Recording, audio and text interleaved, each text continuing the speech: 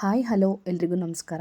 ನಾನಿವತ್ತು ವೀಳ್ಯದೆಲೆ ಬಗ್ಗೆ ಹಾಗೆ ವೀಳ್ಯದೆಲೆಯ ಮುಂಭಾಗವನ್ನು ತೆಗೆದು ತಿನ್ನೋದರ ವೈಜ್ಞಾನಿಕ ಹಿನ್ನೆಲೆಯ ಕುರಿತು ಒಂದಷ್ಟು ಮಾಹಿತಿನ ಕೊಡಬೇಕು ಅಂತ ಹೇಳಿ ಅಂದ್ಕೊಂಡಿದ್ದೀನಿ.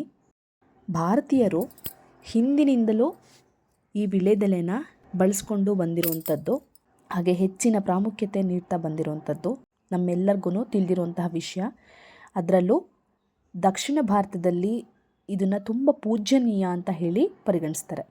ಪ್ರತಿಯೊಂದು ಪೂಜೆ ಹಾಗೆ ದೇವರ ಕಾರ್ಯಕ್ರಮಗಳಿಗೆ ವೀಳ್ಯದೆಲೆ ಹಾಗೂ ಅಡಿಕೆ ಬಳಕೆ ಸಾಮಾನ್ಯ. ಇನ್ನು ಹಿರಿಯರು ಪ್ರತಿನಿತ್ಯ ಊಟ ಆದಮೇಲೆ ಎಲೆ ಅಡಿಕೆ ಜಗಿತಾ ಇರ್ತಾರೆ. ಹಾಗಾದರೆ ಈ ವೀಳ್ಯದೆಲೆನ ಏನೇನೆಂತ ಕರೀತಾರೆ? ಈ ವೀಳ್ಯದೆಲೆಯ ಪ್ರಯೋಜನಗಳೇನು?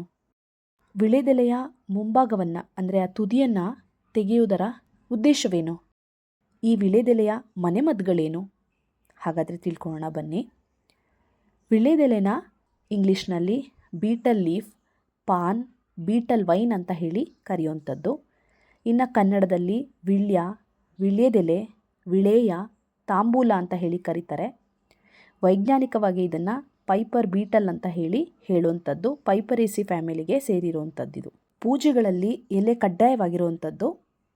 ಇದಕ್ಕೆ ಪ್ರಮುಖ ಕಾರಣ ಏನಂದರೆ ಹಿಂದೂಗಳು ವೀಳ್ಯದೆಲೆಯಲ್ಲಿ ವಿವಿಧ ದೇವತೆಗಳಿದೆ ಅಂತ ಹೇಳಿ ನಂಬಿದ್ದಾರೆ.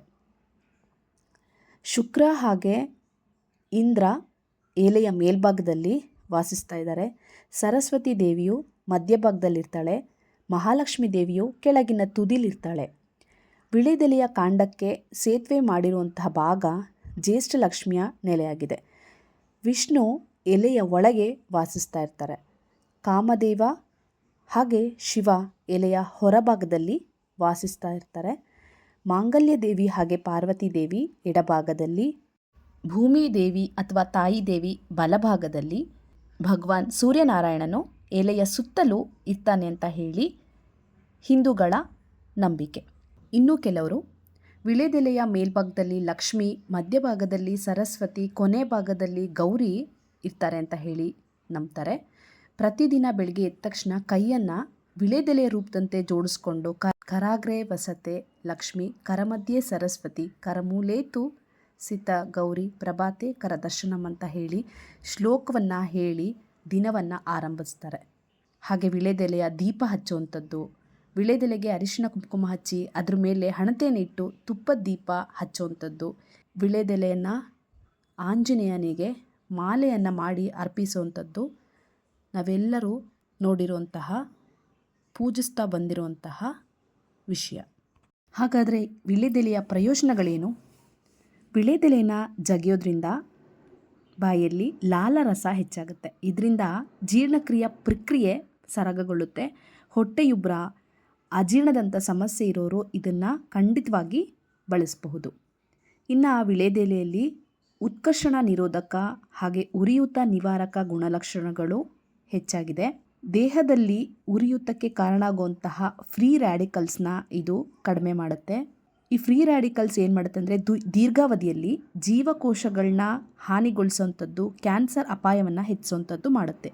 ಆದ್ದರಿಂದ ಎಲೆಗಳನ್ನ ನಿಯಮಿತವಾಗಿ ಸೇವಿಸೋದ್ರಿಂದ ದೇಹವನ್ನು ಈ ಹಾನಿಕಾರಕ ಅಂಶಗಳಿಂದ ರಕ್ಷಿಸಬಹುದು. ಅದಲ್ಲದೆ ಎಲೆಗಳಲ್ಲಿರುವಂತಹ ಫೈಟೋನ್ಯೂಟ್ರಿಯೆಂಟ್ಸ್ಗಳು ರೋಗ ನಿರೋಧಕ ಶಕ್ತಿನ ಹೆಚ್ಚಿಸುತ್ತೆ.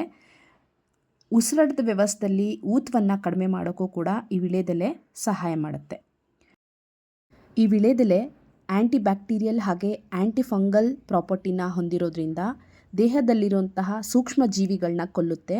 ಬಾಯಿಯ ದುರ್ವಾಸನೆಯನ್ನು ಕಡಿಮೆ ಮಾಡೋದಲ್ಲದೆ ವಸಡುಗಳ ಊತವನ್ನು ಕೂಡ ಇದು ಕಡಿಮೆ ಮಾಡುತ್ತೆ. ವೆದರ್ ಚೇಂಜಿಂದ ದೇಹದಲ್ಲಿ ರೋಗ ನಿರೋಧಕ ಶಕ್ತಿ ಕಡಿಮೆ ಆಗ್ತಿರುತ್ತೆ. ಈ ಶೀತ, ಕೆಮ್ಮು, ಅಸ್ತಮದಂತಹ ಸಮಸ್ಯೆಗಳು ಕಾಣಿಸ್ಕೊಂಡಾಗ ವೀಳ್ಯದೆಲೆ ಬಳಸುವಂಥದ್ದು ಅತಿ ಮುಖ್ಯ. ವೀಳ್ಯದೆಲೆಯ ಮುಂಭಾಗ ಅಥವಾ ತುದಿಯನ್ನು ತೆಗೆಯುವಂತಹ ವೈಜ್ಞಾನಿಕ ಕಾರಣ ಏನು ಅಂದರೆ, ಮೊದಲನೇದಾಗಿ ವೀಳ್ಯದೆಲೆಯ ತುದಿ ಜೀರ್ಣಕ್ರಿಯೆಗೆ ಕಷ್ಟವಾಗಬಹುದು ಅಥವಾ ಕೆಲವು ಸಂದರ್ಭಗಳಲ್ಲಿ ಜೀರ್ಣಕ್ರಿಯೆಗೆ ತೊಂದರೆಗಳನ್ನ ಉಂಟು ಮಾಡ್ಬೋದು ಅನ್ನೋದು ಮುಖ್ಯ ಉದ್ದೇಶ. ಹಾಗಾಗಿ ಇದರ ತುದಿಯನ್ನು ತೆಗೆಯುವಂಥದ್ದು ಎಲೆ ಸುಲಭವಾಗಿ ಜೀರ್ಣವಾಗಲಿ ಅಂತ ಹೇಳಿ, ಹಾಗೆ ಹೊಟ್ಟೆಗೆ ತಂಪನ್ನು ನೀಡಲಿ ಅನ್ನೋದು ಮೊದಲನೇದಾಗಿ. ಎರಡನೇದು, ವಿಳೆದೆಲೆ ತುದಿ ಭಾಗ ಹೆಚ್ಚು ಒಗ್ರಾಗಿರುತ್ತೆ, ಕಟುವಾಗಿರುತ್ತೆ, ಹಾಗೆ ಕಹಿಯಾಗಿರುತ್ತೆ. ಇದು ನಾಲ್ಗೆಯಲ್ಲಿ ಉರಿ ಅನಿಸ್ಬೋದು ಅಥವಾ ಇದನ್ನು ತಿನ್ನೋಕ್ಕೆ ಹೆಚ್ಚು ಕಹಿಯಾಗ್ಬೋದು. ಹಾಗಾಗಿ ಇದರ ತುದಿಯನ್ನು ತೆಗೆಯುವಂಥದ್ದು. ಹಾಗೆ ಮೂರನೇದು, ವಿಳೆದೆಲೆಯ ತುದಿ ಭಾಗ ಕಫವನ್ನು ಹೆಚ್ಚಿಸಿ ತಲೆನೋವನ್ನು ತೀವ್ರಗೊಳಿಸ್ಬೋದು ಅಥವಾ ಕಣ್ಣಲ್ಲಿ ಉರಿ ಅನ್ನಿಸ್ಬೋದು. ಹಾಗಾಗಿ ಕೂಡ ವಿಳೆದೆಲೆಯ ತುದಿಯನ್ನು ತೆಗೆಯುವಂಥದ್ದು. ಇನ್ನು ಕೆಲವು ವ್ಯಕ್ತಿಗಳಲ್ಲಿ ವಿಳೆದೆಲೆಯ ತುದಿ ಭಾಗದ ಸೇವನೆ ತುಟಿ ಅಥವಾ ಬಾಯಿಯ ಅಲರ್ಜಿಗೆ ಅಥವಾ ಉರಿಯೂತಕ್ಕೆ ಕಾರಣವಾಗಬಹುದು. ಎಲೆಯ ತುದಿ ಭಾಗ ಸಾಮಾನ್ಯವಾಗಿ ಕೀಟಗಳ ಆಕ್ರಮಣಕ್ಕೆ ಹೆಚ್ಚು ಗುರಿಯಾಗುವಂಥದ್ದು. ಲೀಫ್ ಮೈನರ್ ಆಗಿರ್ಬೋದು ಅಥವಾ ಫಂಗಲ್ ಡಿಸೀಸಸ್ ಆಗಿರಬಹುದು. ಈ ಕೀಟಗಳು, ಧೂಳು ಇವೆಲ್ಲವೂ ವಿಳೆದೆಲೆಯ ಅಥವಾ ಎಲೆಯ ತುದಿಯಲ್ಲಿ ಹೆಚ್ಚಾಗಿರುವಂಥದ್ದು. ಹಾಗಾಗಿ ಈ ತುದಿಯನ್ನು ತೆಗೆದೇ ತಿಂದರೆ ಕೀಟಾಣುಗಳ ಸೇವನೆ ಆಗುತ್ತೆ. ಹಾಗಾಗಿ ಈ ತುದಿಯನ್ನು ತೆಗೆದು ಸೇವಿಸಿ ಅಂತ ಹೇಳಿರುವಂಥದ್ದು ಇದಕ್ಕೆ ಕಾರಣ. ಎಲೆಯ ಮಧ್ಯಭಾಗ ಹಾಗೆ ತೊಟ್ಟುಗಳನ್ನ ತೆಗೆದು ಉಳಿದ ಭಾಗವನ್ನು ಸೇವಿಸೋದ್ರಿಂದ ಅದರಲ್ಲಿರುವಂತಹ vitamin C, thiamine, niacin, calcium ಅಂತಹ ಪೋಷಕಾಂಶಗಳು ಕೂಡ ನಮಗೆ ಲಭ್ಯವಾಗುತ್ತೆ. ಕೊನೆಯದಾಗಿ ವಿಳೆದೆಲೆಯ ಮನೆಮದ್ದುಗಳು. ವಿಳೆದೆಲೆಯನ್ನು ಬಿಸಿನೀರಲ್ಲಿ ಕುದಿಸಿ ಅದರ ಹಬೆ ಪಡೆಯೋದ್ರಿಂದ ಉಸಿರಾಟ ಸರಾಗಗೊಳ್ಳುತ್ತೆ, ಹಾಗೆ ಕಫ ಕೂಡ ಸಡಿಲಗೊಳ್ಳುತ್ತೆ. ಕೆಮ್ಮು ಹಾಗೆ ತಲೆನೋವಿದ್ರೆ ಶೀಘ್ರ ಗುಣಮುಖಗೊಳ್ಳೋಕ್ಕೆ ಸಹಾಯ ಮಾಡುತ್ತೆ. ವಿಳೆದೆಲೆ ರಸವನ್ನು ಯಾವುದೇ ಎಣ್ಣೆ ಜೊತೆ, ಉದಾಹರಣೆಗೆ ಕೊಬ್ಬರೆಣ್ಣೆ ಆಗಿರ್ಬೋದು, ಮಿಶ್ರ ಮಾಡಿ ಹಚ್ಚೋದ್ರಿಂದ ಬೆನ್ನಿನ ಕೆಳಭಾಗದ ನೋವು ಕಡಿಮೆಗೊಳ್ಳುತ್ತೆ. ಹಾಲು ಉಣಿಸುವ ತಾಯಂದ್ರಲ್ಲಿ ಹಾಲು ಉತ್ಪತ್ತಿಯಾಗೋಕ್ಕೆ ವಿಳೆದೆಲೆ ರಸವನ್ನು ಎಣ್ಣೆಯೊಂದಿಗೆ ಬೆರೆಸಿ ಸ್ತನಕ್ಕೆ ಹಚ್ಚೋದ್ರಿಂದ ಹಾಲು ಉತ್ಪತ್ತಿ ಹೆಚ್ಚಕ್ಕೆ ಸಹಾಯ ಆಗುತ್ತೆ. ವಿಳೆದೆಲೆ ರಸವನ್ನು ಜೇನುತುಪ್ಪದ ಜೊತೆಗೆ ಬೆರೆಸಿ ಸೇವಿಸೋದ್ರಿಂದ ನರದ ಸಮಸ್ಯೆ, ನಿಶಕ್ತಿ ಕೂಡ ಪರಿಹಾರ ಆಗುತ್ತೆ. ಗಾಯವಾದ ಜಾಗಕ್ಕೆ ವಿಳೆದೆಲೆ ರಸವನ್ನು ಹಚ್ಚೋದ್ರಿಂದ 2-3 ದಿನಗಳಲ್ಲಿ ಗಾಯ ಕೂಡ ಆಗುತ್ತೆ, ವಾಸಿಯಾಗುತ್ತೆ. ವಿಳೆದೆಲೆಯಲ್ಲಿ ತುಂಬಾ ಕೆಮಿಕಲ್ ಕಾನ್ಸ್ಟಿಟ್ಯೂಯೆಂಟ್ಸ್ ಕೂಡ ಇದೆ. ವಿಟಮಿನ್ ಬಿ ಕಾಂಪ್ಲೆಕ್ಸ್ ಆಗಿರ್ಬೋದು, vitamin C, calcium, fibre, iron, magnesium, phosphorus ಇಷ್ಟೆಲ್ಲ ಬೀಟಲ್ ಲೀಫಲ್ಲಿದೆ. ಹಾಗಾಗಿ ಈ ಒಂದು ವಿಳೆದೆಲೆಯ ನಿಯಮಿತ ಸೇವನೆ ನಮಗೆ ಇಷ್ಟೆಲ್ಲ ಉಪಯೋಗನ ಕೊಡುತ್ತೆ. ಪ್ರತಿ ಪೂಜೆ, ಮದುವೆ ಸಮಾರಂಭ ಎಲ್ಲದಕ್ಕೂ ವಿಳೆದೆಲೆ ಬಹುಮುಖ್ಯ. ಅಲಂಕಾರಿಕವಾಗಿ ಕೂಡ ಹೌದು. ಅದಲ್ಲದೆ ಇನ್ನು ಮಾರ್ಕೆಟಲ್ಲಿ ಕೂಡ ವಿಳೆದೆಲೆಯ ಪ್ರಾಡಕ್ಟ್ಗಳು ಒಂದೆರಡಲ್ಲ.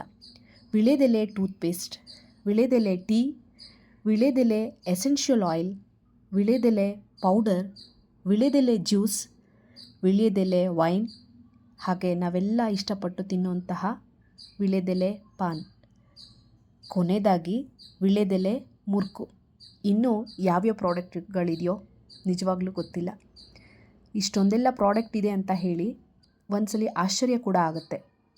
ನಿಮಗೆ ನಾನು ಕೊಟ್ಟಿರುವಂಥ ಮಾಹಿತಿ ಹಾಗೆ ಈ ವಿಡಿಯೋ ಇಷ್ಟ ಆದರೆ ದಯವಿಟ್ಟು ಇನ್ನೊಬ್ಬರಿಗೂ ಶೇರ್ ಮಾಡಿ, ಲೈಕ್ ಮಾಡೋದನ್ನ ಮರಿಬೇಡಿ. ಸಬ್ಸ್ಕ್ರೈಬ್ ಆಗಿಲ್ಲ ಅಂದರೆ ಸಬ್ಸ್ಕ್ರೈಬ್ ಆಗಿ. ಹಾಗೆ ನಿಮಗೆ ತಿಳಿದಿರುವಂತಹ ವಿಳೆದೆಲೆಯ ಕುರಿತು ಮಾಹಿತಿಗಳಿದ್ರೆ ಕಮೆಂಟ್ನಲ್ಲಿ ತಿಳಿಸಿ. ವಿಡಿಯೋನ ಸ್ಕಿಪ್ ಮಾಡದೆ ಕೊನೆ ತನಕ ನೋಡಿದ್ದಕ್ಕಾಗಿ ಥ್ಯಾಂಕ್ ಯು, ಧನ್ಯವಾದಗಳು.